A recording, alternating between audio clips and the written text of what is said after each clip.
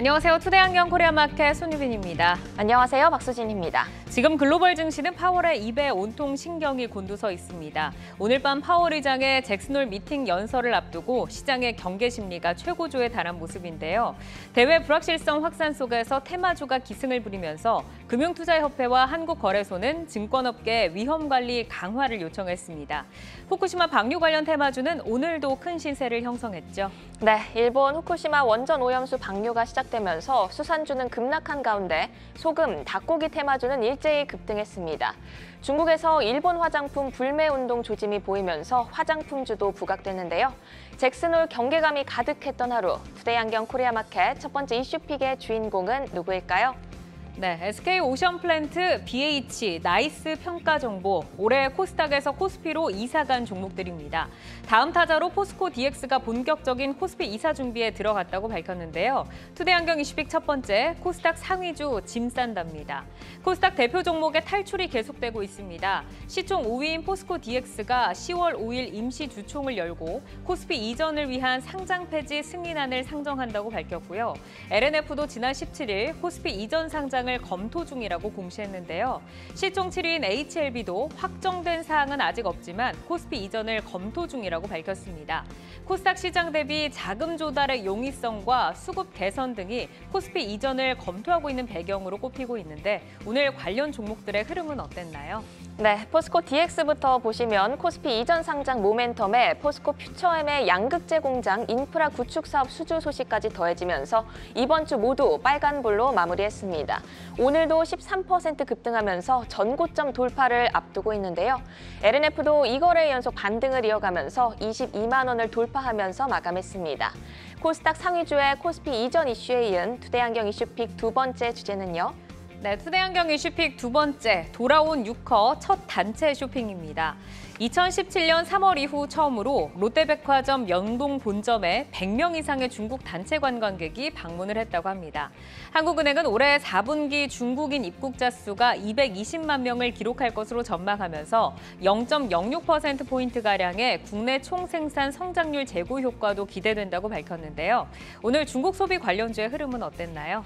네, 화장품과 호텔, 면세점, 카지노 등 중국 소비 관련주들 종목별로 엇갈린 흐름을 보였지만 대부분 양호한 흐름을 보였습니다. 특히 6호 귀환 기대감 속 중국의 일본 화장품 불매 운동 소식까지 더해지면서 코스맥스, 코리아나 등 화장품주의 탄력이 돋보였는데요. 중국 소비 관련주, 6호의 입국자 수와 소비 동향 체크하시면서 종목별 차별화 전략 세워가셔야겠습니다. 네, 투데이안경 이슈픽 종목 코스피 이전 검토와 6호의 귀환으로 뜨거운 관심을 받고 있는 포스코 DX와 LNF, 호텔신라, 그리고 한국화장품입니다. 자, 이 종목들 투자자 여러분 매수하셨나요? 매도하셨나요? 아니면 아직 고민하고 계신가요?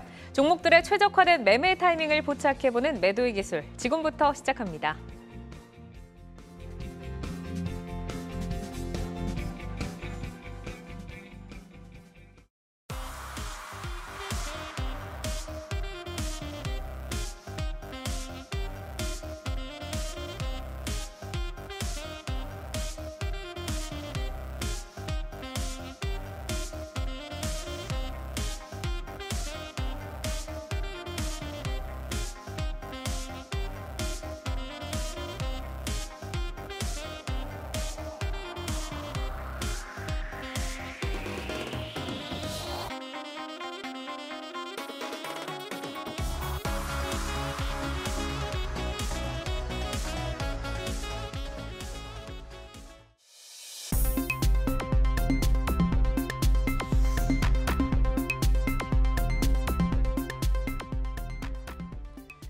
종목별 최적화된 매매 타이밍을 포착해보는 매도의 기술, 투데이안경 이슈픽 첫 번째, 코스닥 상위주 짐싼답니다. 코스닥 대표 종목의 이탈 선언이 이어지고 있죠. 셀트리온 합병으로 셀트리온 헬스케어가 사라질 예정인 가운데 시총 4위와 5위인 LNF와 포스코 DX도 코스피 이전 상장을 추진하고 있습니다. 자, 코스피 이전 상장을 추진하는 가장 큰 이유는 어디에 있다라고 볼 수 있을까요, 이사님? 우리가 보통 과거에 코스피 이전 상장을 추진한 기업들을 보면 유동성 측면에서 좀 우호적인 면이 있겠고요. 여기에 더해져서 우리가 코스닥 150에서 거래소로 이전을 하게 되면은 공매도 같은 경우가 만약에 발생을 해 있어요. 그런데 이전 상장을 하면서 이거를 바로 갚아야 되는 의무사항은 없습니다. 다만 이전 상장을 하고 나서 그 거래소 기준으로 종목이 이전을 했을 때 공매도를 바로 칠 수 없는 요건이 있다 보니까 우리가 그만큼의 기간만큼 추가적인 공매도를 칠 수 없는 그런 환경이 나타나게 됩니다. 그렇다 보니 심리적으로 이 기간을 놓고 좀 매수세가 유입되는 그러한 특성이 최근에 시장에서 나타나고 있고요. 과거의 이전 상장 사례들을 살펴봤을 때 이 요소들이 있을 때 주가 반응은 좀 아주 강하지는 않았습니다. 최근의 시장 특성이 워낙 공매도 같은 경우에 타겟으로 해서 수급이 흘러가는 그런 흐름이 있기 때문에 지금 같은 현상이 나타난다라고 보시면 되겠습니다. 네, 과거에 코스피로 이전 상장을 했던 기업들을 보면은 오히려 코스피 이전한 후에 주가가 하락하는 경우도 좀 많았는데 코스피 이전 후로 주가에 미치는 장단점은 어떻게 좀 정리할 수 있을까요? 네, 어떻게 보면은 종목들 중에서 주가가 올랐던 종목들을 찾는 것보다 좀 빠진 종목들을 찾는 게 좀 많을 것 같은데, 뭐 한 6개 종목도 있습니다. MC넥스, 뭐 PI 첨단 소재, LS세미콘, SK 오션플랜트, BH, 그리고 나이스 평가 정보, 여기 이제 코스닥에 있다가 넘어간 종목들 중인데, 기업 이미지 개선이라든지 유동성 확보를 노리고 이제 코스피 이전 상장을 하는 경우가 많습니다.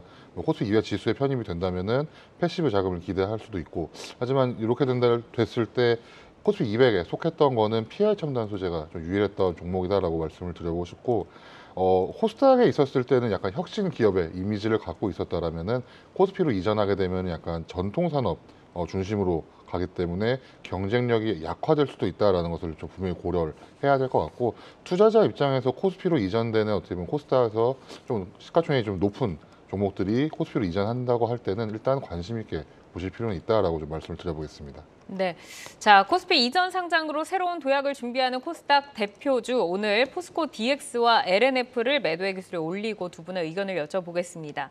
자 모두 더 갈 수 있다. 지금 고사인이 들어와 있는데 포스코 DX부터 볼까요? 지난 23일에 코스피 상장을 위한 코스닥 상장 폐지 승인을 위해서 의안 상정을 결정했다라고 공시를 했는데 이번 주 들어서 거침없는 상승세 이어가고 있습니다. 오늘도 뭐 조금 눌리긴 했지만 13%의 강세를 유지하면서 거래를 마쳤는데 이성훈 이사께서는 포스코 DX 어떤 점 좀 좋게 보세요? 우선 이전 상장 부분에서 아까 말씀드린 이벤트 요소가 있는 거고요. 여기에서 그 어제와 오늘 포스코 그룹의 공장 투어가 있었습니다. 그렇다 보니 오늘 같은 경우는 포스코 홀딩스의 로봇 사업 부분과 관련된 투어 이 부분이 더해지면서 시세가 난 것으로 보이고요. 현재 구간에서는 새롭게 진입하실 분들 같은 경우는 약간 상승할 수 있는 폭의 제한이 있어요. 그렇다 보니 진입은 배제하는 게 낫다라고 보이고요. 보유하고 계신 분들 같은 경우는 전고점 수준 이 정도까지는 좀 상승이 가능한 여력이 열려 있다 보니까 신규 매수는 제한적. 그런데 보유하고 계신 분들은 여기에서 한 단계 주가 정도는 더 움직일 수 있다. 이런 수준으로 보시면 되겠습니다. 네, 홀딩을 해서 이익을 조금 더 넓혀보는 전략. 자, 김병수 PB께서도 고사인을 주셨는데 포스코 DX가 주주 가치 제고를 위해서 코스피 이전 상장을 추진을 한다라고 밝혔는데 수급 개선에는 좀 도움이 있을까요? 네, 뭐 코스피 상장 폐지에서 임시 주총을 이제 10월 5일에 개최할 것이다라는 게 알려져 있고, 네. 시총을 좀 봤습니다.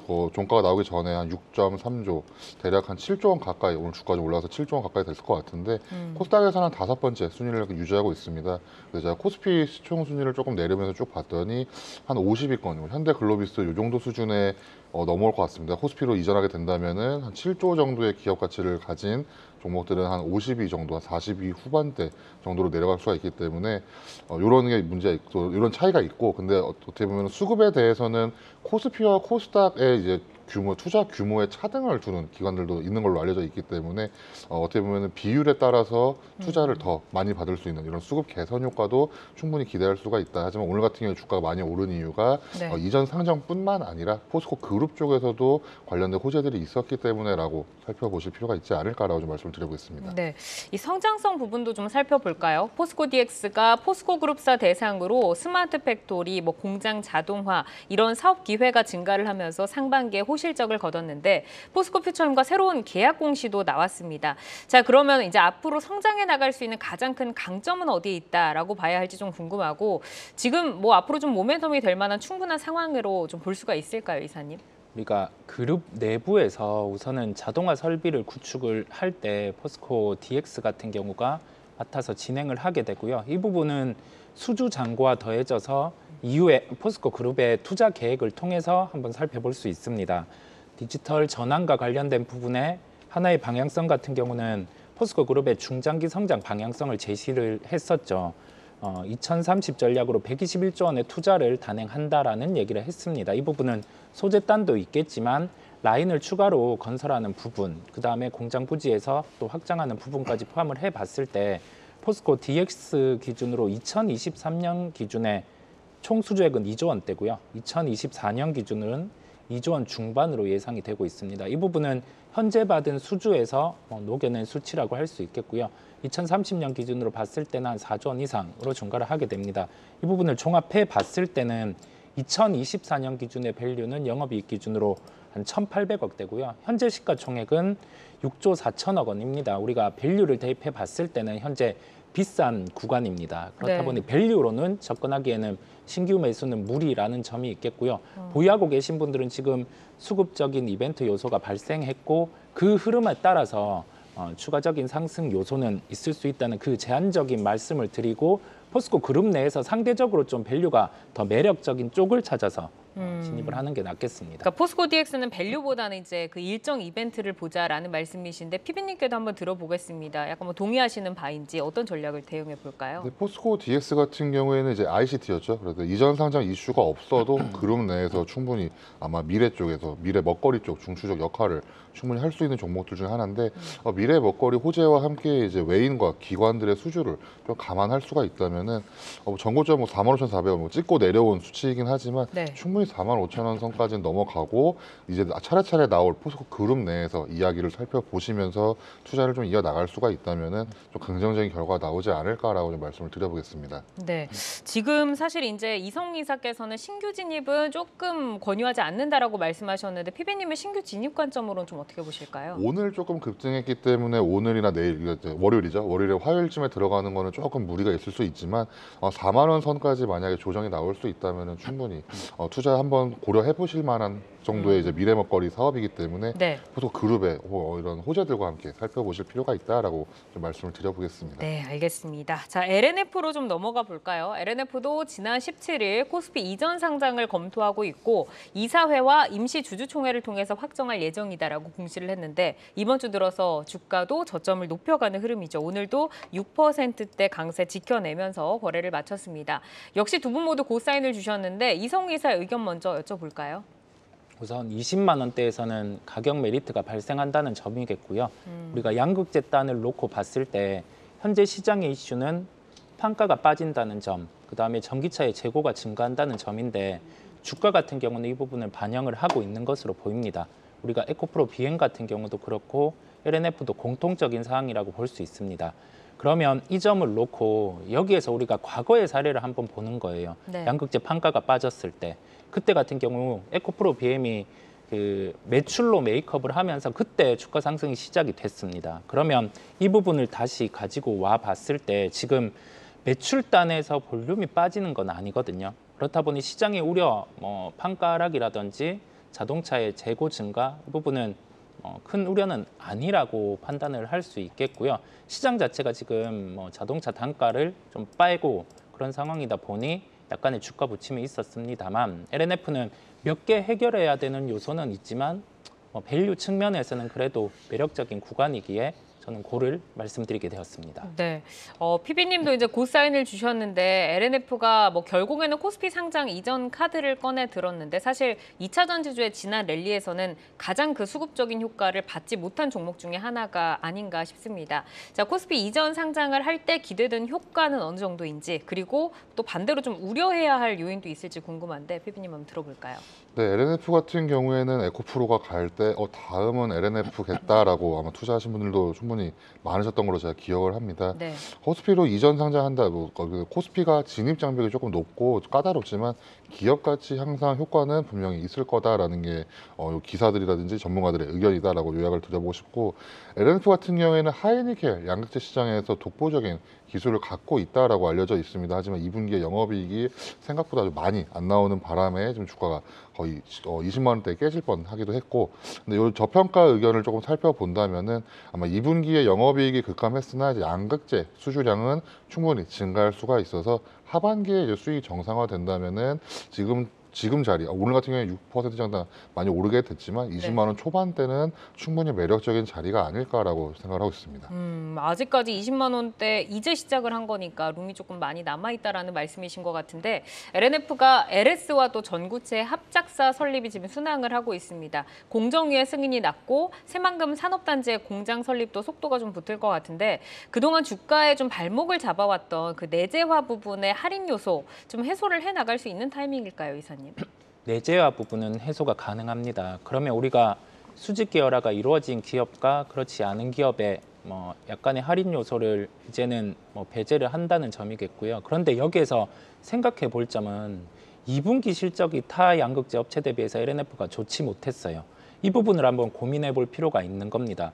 실적이 같은 판가에 매출이 발생하는 유사한 구조인데도 이렇게 실적이 좋지 못했다는 건 뭐냐면 이 재고 부분에 이슈가 있는 것으로 보여요. 이제 원재료가 투입되는 시점, 그다음에 이 부분을 실제 재고 부분과 연결을 해봤을 때 하반기, 4분기에 갔을 때 이 부분의 해소 가능성이 있을 것 같습니다. 그러면 3분기 실적 같은 경우도 우리가 예상하는 것보다 부진할 수 있는 시각은 열어놔야 돼요. 즉 결론은 뭐냐면 수직 계열화를 통해서 기존에 할인받는 요소는 제거가 되겠지만은 우리가 재고적인 부분을 고려를 해봤을 때 3분기 실적 시즌에 갔을 때는 LNF는 주가 변동성이 있을 수 있다는 점입니다. 그 부분까지 한번 생각해 보자는 겁니다. 네, 두 분 다 지금 공통적으로 20만 원대에서는 LNF가 매력적인 가격이다라고 말씀을 주신 것 같은데 이성우 이사께 전략을 좀 여쭤보도록 하겠습니다. 사실 LNF도 올 1월 들어서는 많이 올라가기는 했었지만 그래도 다른 2차 전지주에 비해서는 늘 좀 약했잖아요. 이제는 좀 올라갈 수 있는 그런 탄력을 좀 기대하면서 기다려도 될까요? 네, 기대는 되는데 회사 입장에서 조금은 주주와 관련된 부분의 활동을 적극적으로 해주길 바라고 있고요. 네. 여기 더해져서 명백 기익 대비해서 시가총액은 싼 상황이다 보니까 우리가 2025년 기준으로 한 8천억 정도의 영업이익이 예상되고 있습니다. 그러면 이 부분을 대입을 해봤을 2024년 기준으로 5,120억이고요. 2025년 기준으로는 8천억 정도 예상이 되고 있습니다. 이 부분을 대입을 해봤을 때 목표가는 한 31만 8천 원 정도 도출이 되겠습니다. 네, 그 7월 당시에 좀 고점을 기록했던 네. 31만 원 정도를 지금 주셨고, 자 이어서 이제 중국 소비 관련주로 좀 넘어가 보도록 하겠습니다. 요즘에 명동에 가면은 중국 관광객들을 심심치 않게 볼 수 있다고 하는데, 저도 명동 근처에 있는 백화점들 롯데가 아니더라도 갔더니 이제 중국인 분들이 좀 있더라고요. 롯데 면세점 명동 본점에 2017년 3월 이후로 처음으로 100명 이상의 중국인 단체 관광객이 지금 방문을 했다고 합니다. 하느니 이제 전망을 한 자료를 보니까 4분기에 220만 명의 유커가 한국을 찾을 것이다라고 전망이 나왔는데, 중국이 지금 부동산 위기도 있고 경기 침체에 대한 우려가 있는 만큼 그 소비에 대한 효과가 예전만큼 있을까 하는 의구심도 좀 있기는 하지만, 그래도 중국인들의 수가 또 워낙 어마어마하다 보니까 어느 정도의 기저효과 좀 기대해 볼 수 있지 않을까 싶은데, 피비님은 어떤 뷰로 좀 보세요? 네, 지금 방금 말씀하신 것처럼 한국은행에서 리포트 같은 게 나왔습니다. 4분기에 중국인 입국자 수의 영향으로 GDP가 0.06%포인트의 성장률, 재고 효과까지 나올 수 있다라고 이야기를 하고 있고, 7월에만 방한한 이제 중국인 관광객이 코로나19 이전 수준의 46%는 절반가량 따라왔다라고 알려져 있습니다. 특히 이제 중국에서 보면은 어떻게 보면 최대 연휴죠. 국경절 연휴가 9월 말부터 10월 초 저희 추석 때와 네. 비슷하게 있는데, 이때 아마 중국인 입국 양을 보면은 굉장히 많이 들어올 것이다라는 전망이 있고, 중국 내수 부진에 대한 리스크는 분명히 있는 것 같습니다. 부동산 쪽도 굉장히 문제가 크고, 그렇기 때문에 관광객은 또 근데 이 중국 내수 시장과는 다른 문제이기 때문에 그렇게 크게 리스크가 있을까라는 게 좀 의견이 있고, 관광 유치 전략으로 이걸 잘 막을 수 있다는 이야기가 있습니다. 특히 4분기가 넘어가게 되면은 코로나19 이전에 85% 수준을 회복할 것이다라는 전망이 나와서, 결국에는 코로나19 이전에 이제 중국인 관광객들이 들어와서 대량으로 면세점 쇼핑을 하는 등의 이런 모습을 보일 수가 있어서, 관련돼서 이제 리오프닝 주라고 표현하기는 좀 어렵지만 그래도 백화점 주라든지 면세점 주 쪽, 호텔 쪽, 이런 카지노 쪽까지 살펴보실 필요가 있지 않을까라고 생각을 하고 있습니다. 네, 유커의 귀한 준비로 바빠진 빠진 중국 소비 관련주 워낙 종목들이 많기는 하지만 저희는 오늘 호텔신라와 한국화장품을 매도의 기술에 올려보도록 하겠습니다. 자, 지금 호텔신라는 이제 면세점의 대표 종목인데 지금 고사인이 두 분 다 주셨고 한국화장품 같은 경우는 김병수 PB께서는 지금 스탑 사인을 주시면서 엇갈린 신호가 들어왔습니다. 호텔신라부터 볼까요? 중국 소비 대표주로 꼽히기는 하는데 중국의 경제 성장 이제 둔화에 대한 우려가 불거지면서 사실 탄력 있게 상승을 이어가지는 못했습니다. 오늘 같은 경우도 1.6% 정도 이제 강세를 유지하면서 거래를 마쳤는데, 자, 이성희 사께 좀 여쭤볼게요. 호텔신라 그동안 많이 쉬었는데 이제 좀 갈 수 있을까요? 최근의 수급은 공매도 환매수도 더해진 측면이 있고요. 그다음에 이제 중국인 관광객들이 들어올 수 있다는 기대감이 주가에 반영이 된 구간입니다. 여기부터 필요한 건 실제 중국인 관광객이 우리가 예상하는 4분기까지 코로나 이전에 85% 수준을 회복하는지를 주목을 할 필요가 있겠고요. 그런 점을 따져봤을 때 여기에서 필요한 거는 이제 면세 사업 같은 경우는 본격적으로 4분기 실적에 반영이 된다라는 점입니다. 그 부분을 기억해 두고 주가 같은 경우는 조금 빠를 수는 있어요. 네. 지금도 약간 빠른 단계고 그렇다 보니 실질적으로 중국인 관광객들이 유입되는 그 수치들을 확인하면서 지금부터는 주가가 움직일 수 있겠습니다. 네, 중국에 대한 기대감에 이제 9만 원대를 넘어섰다가 지금 이제 소폭 눌리고 있는데 어디까지 갈 수 있을지 또 두 분의 의견을 여쭤보겠습니다. 지금 증권업계에서는 6호의 귀환으로 인해서 호텔이나 카지노, 면세점이 큰 수혜를 볼 것이다라고 전망을 하고 있는데 사실 호텔신라가 중국발 호재와 별개로 이미 실적이 이제 상승세로 돌아서면서 매출 증가율이 이제 더욱더 좀 주목을 받고 있습니다. 6호가 귀환해서 매출을 좀 증가시켜 준다고 하면 어느 정도나 플러스 요인이 될 거다라고 보세요? 네, 호텔신라 같은 경우에는 중국인뿐만이 아니라 그냥 다량의 외국인들이 이제 한국에 들어오게 되면서 매출이 조금씩 이제 회복하는 모습을 보이고 있었습니다. 1분기 매출에서 이제 면세, 장비, 직판 부문이 매출의 한 80%까지 차지하는 모습을 보였고, 네. 3분기에는 영업이익이 한 700억 가까이 나오게 되면서 전년 동기 대비 한 160%까지도 증가가 예상된다라는 리포트가 함께 나왔습니다.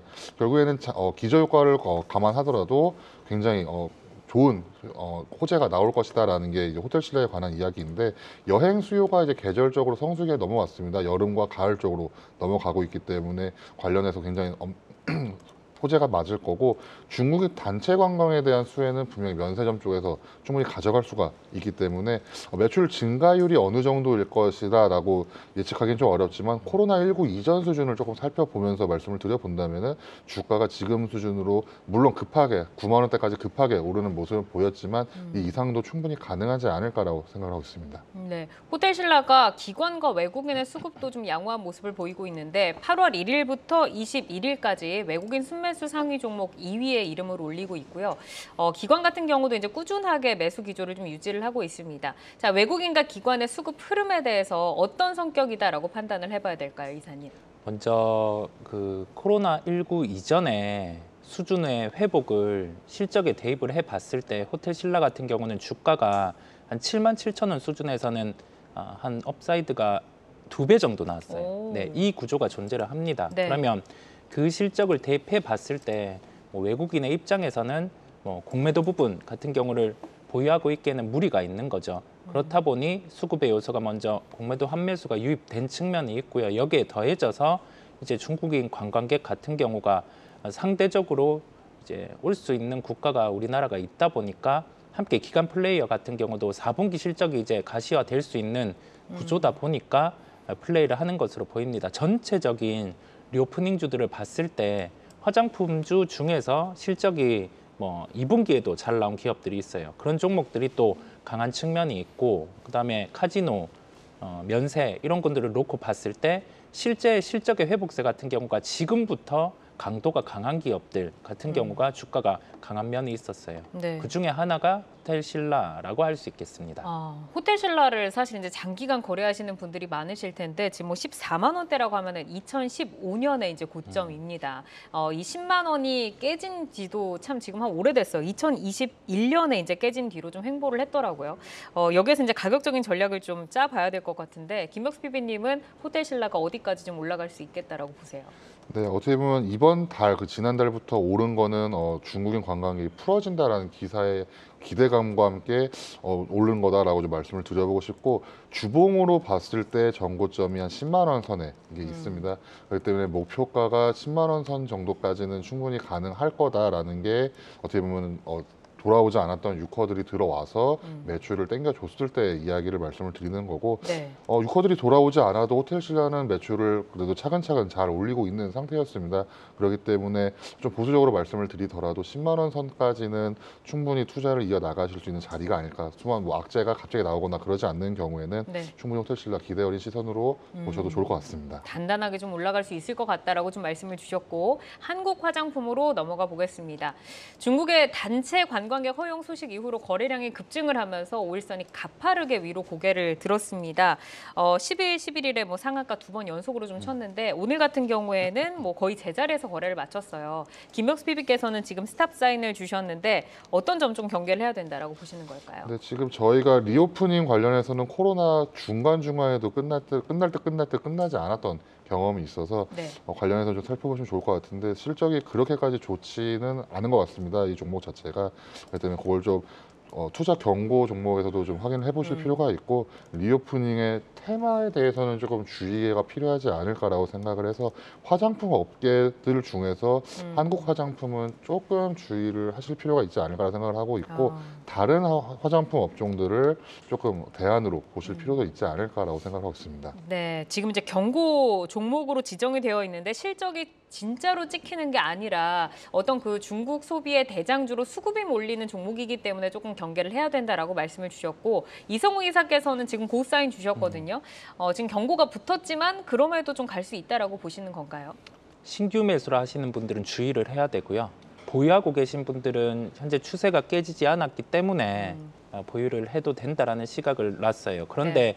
현재 구간에서 만약에 10,000원대 가격대를 급하게 깬다라고 하면은 그때는 매도를 해야 되는 게 현재 구간에서 가격 대응이라고 할 수 있겠습니다. 그 부분을 좀 기억을 하고 살펴보실 필요가 있겠고요. 하나의 테마로 움직이는 강한 종목이기는 합니다. 그런데 실적을 좀 세부적으로 살펴보면 변수가 있죠. 그 네. 부분을 고민해 보실 필요가 있습니다. 자, 그 실적 내용을 조금 뜯어볼게요. 그 매출 비중이 내수 시장이 지금 90% 이상을 차지를 하고 있거든요. 네. 그러면 6호 기환으로 조금 뭐 성장을 기대해 볼 수 있는 부분이 있는 건가요? 우리가 관련된 회사에서 명동에 지점이 있기는 합니다. 네. 그런데 이게 판매를 놓고 봤을 때는 박리담회식의 판매 구조예요. 그렇다 보니까 유커들이 많이 진입을 해서 우리나라로 왔을 때는 낙수 효과는 있을 수 있어요.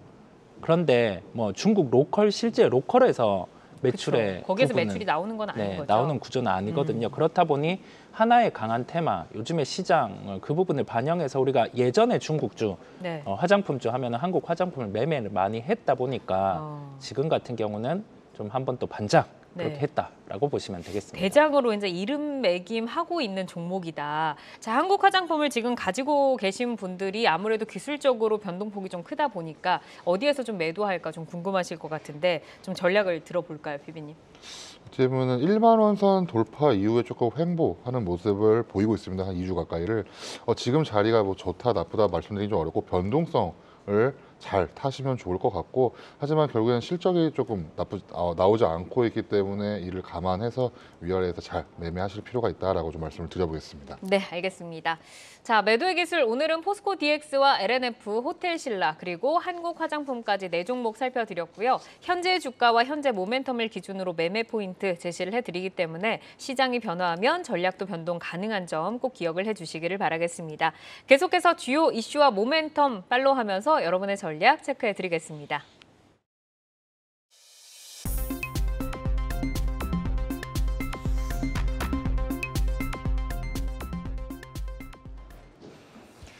장 마감 후 4시부터 6시까지 진행되는 시간의 투자 리그, 시간의 거래 동향 만나보는 이 시각 시간의 단일가입니다. 정규장 마감 후 오후 4시부터 6시까지 10분 단위로 시간의 단일가 거래가 이뤄지는데요. 시간의 주요 종목 등락률 실시간으로 생생하게 전달해 드리겠습니다. 그럼 이 시각 시간의 단일가 코스피 상승률 상위부터 함께 보겠습니다. 네, 송원산업과 진양산업이 올라와 있네요. 정규장에서는 1% 내외의 하락으로 부진했던 모습을 보였는데 각각 5%대 상승을 보이면서 시간에 이름을 올리고 있습니다. 또 쿠쿠홀딩스 보시면 중국 관광객 전면 허용에 따른 밥솥 판매 증가로 오늘 7% 상승하면서 빨간불로 마감을 했는데요. 시간에서도 빨간불 이어가고 있습니다. 3% 가깝게 상승을 하고 있고요. 신성통상 보겠습니다. 탑10 브랜드를 보유하고 있는 기업이죠. 일본 불매운동 수혜주로 엮이기도 하는데요. 오늘 11% 급등을 했는데 시간에서 강한 기세 이어가고 있습니다. 2.5% 상승하면서 2,190원 터치하고 있습니다. 이번에는 코스닥 상승률 상위 보겠습니다. 네, 카메라 모듈 핵심 부품을 제조하고 있는 SWB 생명과학이 상한가로 들어가 있습니다. 뒤를 이어서 코아시아 CM 그리고 CM 플러스도 올라와 있네요. CM 플러스는 생활 가전용 커넥터를 개발하는 업체인데요. 지금 7%대 강세 보이면서 460원 선 지나가고 있습니다. 또 차량용 블랙박스 업체인 더 미동도 보시면 5거래일 만에 하락 전환하면서 2% 약세를 보였는데요. 시간에서 다시금 매수세 들어오면서 5% 상승하고 있습니다. 이번에는 코스피 하락률 상위 보겠습니다. 네, 미래 ING가 2.7% 하락하면서 코스피에서 가장 많이 하락하고 있습니다. 또 뒤를 이어서 한성기업, 사조시푸드 등 오늘 급락한 수산 테마 추가적인 하락 특징적으로 보이고 있습니다. 한성기업 같은 경우에는 2.6% 하락하면서 5,880원에 거래되고 있습니다. 대상홀딩스 우선주도 한번 볼까요? 후쿠시마 오염수 관련해서 음식료 업종이 오늘 강세를 보였었습니다. 정규장에서 두 자릿수 상승세를 보였던 대상홀딩스 우선주 그리고 신송홀딩스, 대상홀딩스 다 같이 하락을 하고 있습니다. 대상홀딩스 우선주 1.4% 하락하고 있습니다. 마지막으로 코스닥 하락률 상위도 볼까요? 네, 이노룰스가 3.7% 하락하면서 7,600원 선 지나가고 있고요. 오늘 강한 모습 보였던 소금 관련주인 인산가 1.8% 하락하고 있습니다. 또 자동차 부품주인 에코플라스틱도 이름을 올리고 있네요. 3.3% 하락하면서 4,780원 선 지나가고 있습니다. 이렇게 이 시각 시간의 단일가 살펴봤는데요. 시간의 단일가 매매는 오후 6시까지 10분 단위로 매매가 체결됩니다. 모멘텀과 거래량 등 꼼꼼히 살펴보시고 시간외에서도 성투 전략 세워가시길 바랍니다. 시간의 단일가 거래 동향, 잠시 후 시간의 단일가 특징주를 통해서도 확인하실 수 있습니다.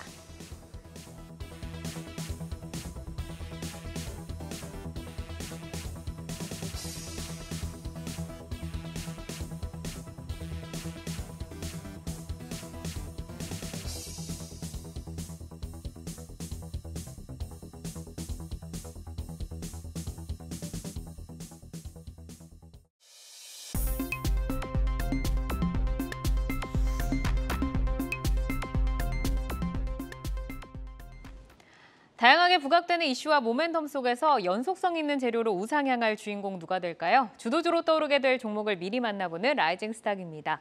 자, 오늘의 라이징 스탁 종목 먼저 화면으로 확인해 보겠습니다. 최충성 파트너는 삼양사, 이성웅이사, UIL, 그리고 김병수 PB, 원익 QNC 가지고 오셨는데요. 먼저 최충성 파트너의 라이징 스탁 먼저 볼까요? 삼양사 어떤 라이징 포인트부터 볼까요? 네, 일단 최근에 글로벌적으로 식량난이 좀 심화되는 그런 가능성을 계속적으로 내비치고 있고, 일단 인도 정부에서 7년 만에 좀 설탕 수출 금지를 좀 추진한다라는 소식까지 좀 겹쳐지면서 설탕 관련해서 좀 지켜봐야 되는 그런 종목으로 한번 들고 나와봤습니다. 네, 그러니까 설탕에 관련된 지금 이슈도 있는 데다가 이제 가격적으로 좀 올라갈 수 있는 모멘텀이 있는 것 같은데 이게 주가를 얼마나 좀 끌어올릴 수 있는 강한 모멘텀이 될까요? 네, 일단은 최근 시장 아시겠지만 수급 쏠림이 굉장히 좀 강하고 테마가 뭔가 이슈가 있다 그러면은 좀 쏠리는 그런 부분들이 있기 때문에 지켜보시면 좋을 것 같고, 일단 삼양사 같은 경우에는 이제 인도 사탕수수 이제 주요 재배 지역에서 올 한 해 이제 강수량이 좀 많이 줄었습니다. 아마 슈퍼 엘니뇨나 이런 관련된 뉴스를 좀 보셨을 것이고, 어쨌든 강수량이 좀 줄다 보니까 설탕 원료인 사탕수수 생산량이 좀 감소할 것으로 전망을 좀 하고 있고, 이에 올해 설탕 생산량 자체가 전년 대비해서 3.4% 감소한 3,170만 톤에 머물면서 일단 인도 내에서 국내 수요를 좀 충족하는 수준에 그칠 것이라는 그런 관측이 좀 제기되고 있고, 인도 정부는 좀 지난해 설탕 수출량을 전년 65% 수준인 610만 톤으로 좀 제한한 바가 있고요. 일단 이번에도 이와 유사한 조치를 다시 도입할 수 있다는 전망에 좀 무게가 실리고 있습니다. 또한 이제 후쿠시마 오염수 방류와 관련해서 소금 품귀 사태라든지 이런 뭐 수산이나 육계 관련주들 좀 올라가고 있는 그런 상황이기 때문에 우리가 먹고 사는 그런 음식료 관련해서 굉장히 좀 테마가 좀 형성이 될 수 있다라고 말씀드리고 싶고, 흑해 곡물협정 관련해서도 이슈가 좀 지속적으로 있는 상황이기 때문에 이런 음식료 관련해서는 계속적으로 좀 지속적으로 좀 키 맞추기를 하면서 수남해가 좀 돌아갈 것이라는 그런 기대감에서 일단 말씀을 좀 드려봤습니다. 네, 우선은 뭐 수산 있고 육계 있고 소금이 받은 다음에 이제 설탕까지 왔는데 삼양사는 그러면 매매 전략을 어떻게 좀 세워볼까요? 네, 일단은 오늘 종가가 45,250원 구간인데 45,000원 구간에서 좀 매수 충분히 가능하다라고 말씀드리고 싶고, 일단 기술적으로는 5월 달에 한번 떴다가 좀 주저앉아서 쉬고 있는 그런 구간입니다. 일단 네. 목표가 5만 원까지 한번 체크해 보시고 단기적으로 손절가는 이제 43,000원 좀 제시해드리도록 할 테니까, 일단 지금은 테마성 움직임으로 좀 움직일 수 있기 때문에 네. 그 점을 좀 헤아리셔서 일단 단기적으로 어느 정도 올라오면 비중 줄이시고 다시 눌리면서 잡고 이런 것들을 반복해 가시는 전략이 필요하다라고 말씀을 드리겠습니다. 네, 목표가는 5만 원 주셨지만 시장의 수급이 움직이는 모습을 잘 확인을 해보자라고 좀 말씀을 주셨습니다. 자, 이어서 이성웅 이사의 UIL 볼까요? 라이징 포인트 먼저 만나보겠습니다. 네, UIL의 라이징 포인트 같은 경우는 전자담배 시장의 70% 점유율을 차지하는 고객사를 새롭게 확보했다라는 점이겠고요. 이 부분을 감안을 해봤을 때 매출 구조를 환산해 보면 올해 기점으로 매출이 증대가 가능하다는 점이겠습니다. 네, 전자담배 시장의 점유율이 지금 70%나 차지한다라고 말씀을 주셨는데 UIL이 그 전자담배 쪽에서 그렇게 뭐 유명했던 종목은 아닌 것 같아요. 어떤 성장 스토리가 좀 있을까요? 우리가 PMI라는 그 전자담배 시장의 70%의 점유율을 차지하는 고객사를 새롭게 확보를 했고요. 이 부분은 우리가 매출단, 이익단으로 환산을 해봤을 때 새로운 구조가 이제 나오게 됩니다. 현재 사업에서 이익단을 도출을 해보면 올해 예상 매출액은 3,300억에 목표 영업이익률은 5%대가 됩니다.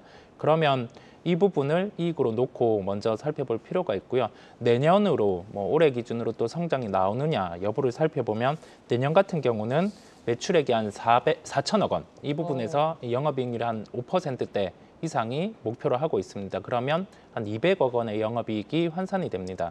현재 시가총액은 1,274억 원 정도 형성이 되어 있습니다. 우리가 발생하는 비용을 감안해서 이익을 내려서 이 부분을 밸류에 대입을 해봤을 때 시가총액의 목표 같은 경우는 기본적으로 2천억 이상으로 형성이 되게 되고요. 그렇다 보니까 현재 구간에서 최근에 주가 같은 경우가 상승한 측면이 있지만은 아직 상승할 여력이 남아있기에 UIL이라는 종목을 말씀드리게 되었습니다. 네, 목표 시총을 지금 2천억 정도의 눈높이로 잡아주셨다면 주가적인 전략은 얼마나 좀 바라볼 수 있을까요? 우리가 차트를 통해서 한번 살펴보도록 하겠습니다. 종목의 흐름이 약간 변동성이 커져 있는 면이 있죠. 그런데 이 부분을 놓고 우리가 그 주가의 추이를 살펴보면 변동성이 좀 커져 있기는 합니다. 이런 식으로 8월 4일 이때가 증권사 리포트가 나오기도 했죠. 새로운 사업에 대한 부각을 한번 명시를 하기도 했고요.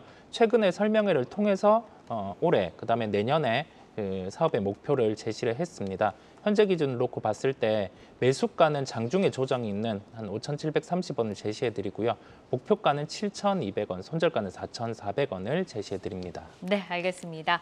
자, 이어서 김병수 PB의 라이징 스탁 종목 보겠습니다. 원익 QNC 가지고 오셨는데요. 어떤 라이징 포인트 주목해 볼까요? 네, 원익 QNC 같은 경우에는 자회사 모멘티브가 판가 인상 효과로 좀 성장이 기대된다라는 게 하나 있고, 어떻게 보면 주력 상품이죠. 쿼츠가 고객사의 주문이 증가하는 모습을 보이고 있어서 이제는 바닥을 지나서 하반기에는 좀 기대가 크지 않을까라고 생각하고 있습니다. 네, 자회사의 고성장 기대 그리고 이제 쿼츠의 주문 증가세까지 좀 꼽아주셨는데 얼마나 지금 성장을 하고 있나요? 네, 원익 QNC 같은 경우에는 쿼츠가 매출의 한 90%까지 차지하는 업체입니다. 반도체 및 디스플레이 제조 소재 업체로 알려져 있고, 쿼츠는 이제 석영 제품이라고 생각하시면 좋을 것 같습니다. 3분기에는 이제 매출이 한 2천억을 넘기고 영업이익 또한 300억 이상이 나오게 되면서 2분기 이제 이번에 좀 실적이 안 좋게 나왔는데 2분기 대비해서는 개선될 것이다라는 이야기가 나오고 있습니다. 쿼츠 실적에 대해서 개선을 좀 주목하고 있는 이유가 북미의 이제 고객사, 장비 고객사가 6월부터 유의미하게 주문이 조금씩 늘어나고 있는 게라고 판단이 나오고 있고, 특히 자회사 중에 모멘티브라는 회사가 있습니다. 요 근래 편입된 회사인데 2분기에 매출이 한 1,000억 이상이 나오게 되었고 영업이익도 200억 가까이 나오는 모습을 보였습니다. 전년 동기 대비해서 한 36%, 영업이익은 한 50% 가까이 성장하는 모습을 보여서 쿼츠 자체가 조금 어떻게 보면은 좀 부진했을 때 모멘티브라는 자회사가 이 매출을 끌어내서 어떻게 보면 좀 요거를 연결로 좀 막을 수 있었지 않을까라고 생각을 하고 있고, 특히 모멘티브 같은 경우에는 연간 매출액이 거의 5천억 가까이도 나올 수 있다는 리포트가 나오게 됐습니다. 오. 특히 연간으로 따졌을 때 영업이익이 한 780억까지도 나올 수 있는 고성장이 충분히 가능한 업체 중에 하나이기 때문에 원익 QNC가 지금 쿼츠의 원재료 같은 경우에 또는 업황, 메모리 업황의 둔화로 좀 역상장을 불가피할 수밖에 없다, 또는 하반기를 좀 기대해야 된다라고 이야기가 나올 때 아마 원재료 판가에 대해서 이제 큰 폭으로 인상이 있을 때 모멘티브가 이를 좀 잘 막아줘서 전사의 실적을 성장을 견인할 수 있지 않을까라고 이야기를 하고 있습니다. 네, 지금 보니까 수급도 기관 수급이 좀 눈에 띄는 것 같아요. 원익 QNC가 지금부터 얼마나 더 날아오를 수 있을까요? 네, 방금 말씀하신 것처럼 8월 초반으로 넘어오게 되면서 기관 순매수가 꾸준히 이어지는 모습을 보이고 있는데, 오늘 같은 경우에는 한 27,700원, 28,000원 선 내려와서 아래쪽에서 끝나게 됐습니다. 목표가는 조금 보수적으로 말씀을 드리겠습니다. 왜냐하면 메모리 업황이 또는 반도체 업황이 좋다 나쁘다라는 이야기가 있기 때문에 네. 일단 31,000원 선을 넘기는 것을 좀 먼저 보실 필요가 있다라고 말씀을 드려보고 싶고, 아래쪽으로는 25,000원 선이 좀 무너질 때 다시 한번 호재가 있거나 실적이 어떻게 개선되는지를 살펴보실 필요가 있다라고 좀 말씀을 드려보겠습니다. 네, 보수적인 목표가 1차적으로 31,000원 제시를 해주셨습니다. 자, 오늘은 최충성 파트너의 삼양사, 이성웅 이사의 UIL, 그리고 김병수 PB의 원익 QNC까지 만나봤습니다. 내용 잘 참고를 해보시기를 바라고요. 함께해 주신 이성웅 글로원 파트너스 이사, 김병수 DB금융투자 잠실지점 PB와 함께했습니다. 고맙습니다. 시간의 단일가 거래 속 특징주들을 따라가보는 시간의 단일가 특징주 탑5입니다. 시간의 단일가 거래는 내일장까지 연결돼 움직이는 종목들이 많은데요. 오늘 함께 하시면서 매매 전략에 잘 활용해 나가시길 바랍니다. 그럼 특징주 5위부터 확인하겠습니다. 큐렉소인데요. 의료 로봇을 제조하는 업체로 최근 급등 흐름을 보이다가 오늘 2%대 조정이 나왔습니다. 하지만 시간 내에서 다시금 매수세 들어오면서 2.5% 상승하고 있습니다. 4위 종목은 코리아나입니다. 중국에서 일본 오염수 방류에 강하게 비판하면서 일본 화장품 보이콧 움직임이 나타나고 있습니다. 이에 한국 화장품의 수혜가 기대되면서 오늘 화장품주 탄력적으로 움직였는데요. 코리아나는 5% 상승하며 마감했는데 시간 내에서도 긍정적인 분위기네요. 2.5% 빨간불 켜내고 있습니다. 3위는 신성통상입니다. 탑10 등의 브랜드를 보유하고 있는 기업입니다. 일본 불매운동 수혜주로 오늘 주목을 받았는데요. 11% 급등을 했는데 시간에서도 거래량 1위 기록하면서 빨간불 이어가고 있습니다. 2% 상승하고 있네요. 2위는 푸드나무입니다. 후쿠시마 오염수 방류 이슈로 오늘 음식료 업종 특히 강했습니다. 그중 푸드나무는 26% 급등하면서 장대 양봉을 연출했는데요. 시간에서도 강한 기세 이어갑니다. 2.8% 상승하고 있습니다. 대망의 1위 종목 스마트 레이더 시스템 올라와 있습니다. 현재 시간의 거래에서 거래대금 1위를 기록하고 있는 종목입니다. 레이더 전문 업체로 8월 22일에 상장한 후 하루도 빠짐없이 급등하고 있습니다. 오늘도 16% 정도 상승을 했는데 시간에서도 강한 모습이네요. 3% 상승하고 있습니다. 네, 그럼 특징주 4위 코리아나 보겠습니다.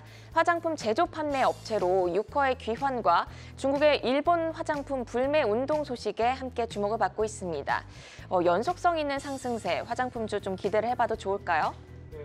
기대해 보셔도 좋겠다라고 좀 말씀을 드리고 싶고, 사실 이제 단체 관광이 허용된 게 사드 보복 조치 이후에 6년 반 만에 이러한 일이기 때문에 일단 관련해서 이런 부분에 조금 부합되는 그런 모습이고, 거기에 이제 보이콧 관련돼서 뉴스도 나오면서 일단 중국의 SNS에서는 일본산 브랜드를 좀 정리한 리스트가 좀 돌면서 안전성에 좀 문제가 생길 수 있다는 그런 의혹도 뭐 확산이 되고 있는 상황이라, 일단은 뭐 이런 부분이 좀 자극이 된 부분이 있기 때문에 추가적인 그런 상승 요인이 될 수 있다라고 말씀드리고 싶고, 이에 덧붙여서 좀 말씀을 드리면 리오프닝 관련주가 상승이 나왔다가 좀 쉬어가는 그런 구간에서 중국 경기나 이제 부동산 관련해서 노이즈를 좀 만드는 그런 모습인데, 사실상 생필품 자체는 크게 영향을 좀 주지 않기 때문에 일단 뭐 하반기 그리고 내년 이렇게 계속적으로 좀 증가할 수 있는 그런 부분에서 좀 지켜보시면 좋겠다라고 말씀을 드리겠습니다. 네, 리오프닝뿐만 아니라 중국의 일본 화장품 보이콧 소식까지 더해지면서 추가적인 상승 기대해봐도 좋겠다라는 평가 들어봤습니다. 이어서 오늘 장 특징주로 에코프로 그룹주도 한번 보겠습니다. 오늘 에코프로는 약보합, 에코프로 BM은 2%대 상승세로 조금 조용하게 마감을 했는데요. 향후 주가 전망 어떻게 보실까요? 네, 일단은 이전 상장 관련해서 뭐 외국인 패시브 자금 유입이라든지 뭐 기업의 이미지 개선에 대한 그런 기대감은 좀 충분히 있을 수 있으나, 상장 전에 좀 주가가 반응한다면 오히려 상장 후에 좀 차익이 나올 수 있는 부분이 있기 때문에 이 점 좀 주의하실 필요가 있고요. 일단 하나 더 좀 말씀드리고 싶은 거는, 섹터가 이제 수급의 쏠림에 의해서, 훈풍에 의해서 일시적으로 상승이 나온 것인지 아니면 기업의 본연의 가치로 올라온 것인지 일단 이 부분은 좀 체크해 보실 필요가 있고, 단발성으로 올라온다면 분명히 좀 차익이 나올 수 있는 그런 부분이 있습니다. 어쨌든 지금 에코프로 전반적으로 포스코도 마찬가지이고 추세 전환을 좀 시도하는 그런 구간인데, 그 전까지는 좀 박스권으로 대응을 하시면 좋을 것 같고요. 일단 알파적으로 좀 올라오려면 기존 시장에 나와 있는 그런 부분, 기사들 외에 추가적인 그런 캐파 증설이라든지 수주가 좀 이루어진다면 한 단계 더 레벨업이 좀 가능하지 않을까 말씀을 좀 드리고 싶습니다. 네, 오늘 매도의 기술에서 코스닥 대표주들의 코스피 상장 이전 이슈 진단을 해봤는데요. 에코프로 BM도 공식적으로는 부인한 상태지만 이전 상장 꼬리표가 따라다닙니다. 에코프로 BM 상장 이전 가능성은 어떻게 보실까요? 네, 일단은 뭐 수급이 많이 붙어 있고 이제 뭐 큰 이슈가 없다면 지금 관련해서도 지금 수급이 좀 계속적으로 살아있는 그런 상태이기 때문에, 그러니까 무난하게 이제 상장은 좀 가능할 수 있지 않을까라고 좀 보고 있는데, 어쨌든 앞서 말씀드렸듯이 상장 전에 주가가 좀 많이 반응을 한다면 일단 차익이 나올 수 있다는 부분, 뭐 상장을 한다 그래서 뭔가 추가적인 그런 요인의 상승이 좀 더 나오겠지라고 하는 그런 기대감이 나오기에는 주가가 너무 좀 과열이 있는 부분이 있기 때문에 이 점을 좀 인지하시고 봐주시면 좋을 것 같습니다.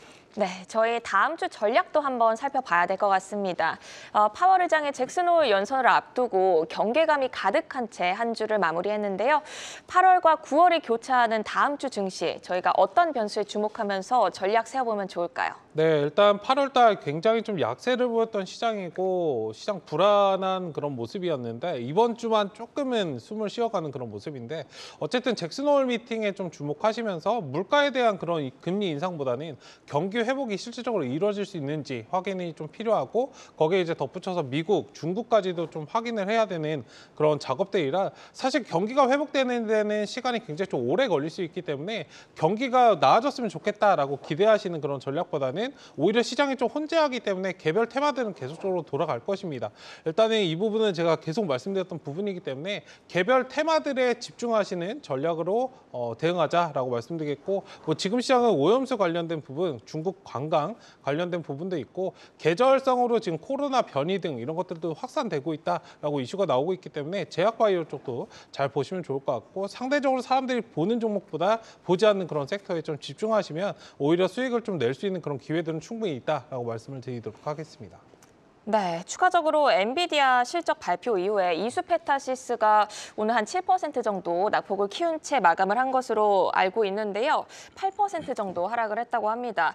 관련주들의 전략 어떻게 가져가는 게 좋을까요? 네, 반도체 관련해서는 관심이 굉장히 좀 많으실 것 같은데, 반도체 소부장 관련된 기업들은 너무 걱정하실 필요 없이 눌려가는 그런 구간마다 때를 기다리시면서 모아가시는 그런 전략이 필요하고, 하나 더 이제 덧붙여서 좀 말씀드리고 싶은 거는, 반도체는 단순하게 엔비디아 실적 때문에 올라갈 수 있는 부분이 아닙니다. 기존에는 거의 3분기 연속 엔비디아가 실적이 좋게 나오니까 이제 따라가서 관련된 종목들이 좀 움직임이 나왔다면, 이제부터는 삼성전자나 SK하이닉스, 우리나라의 축을 끌어가주는 그런 반도체 기업들이 실적이 좀 뒷받침이 되어야 이제 상승이 나올 수 있는 그런 단계에 좀 머물렀기 때문에, 아마 이번에 실적 발표가 나오면서도 아마 느끼셨을 거예요.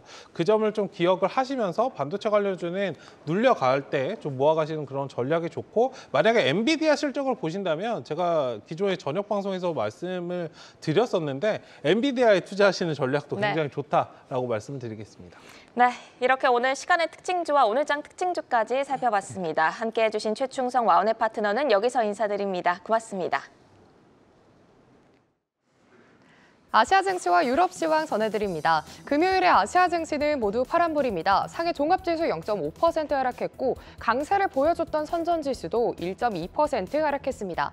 항생지수 역시 마감을 앞두고 1.2% 하락하고 있습니다. 중국의 성장 둔화가 글로벌 제조업 경기 개선에도 부정적 영향을 줄 수 있다는 분석이 나왔습니다.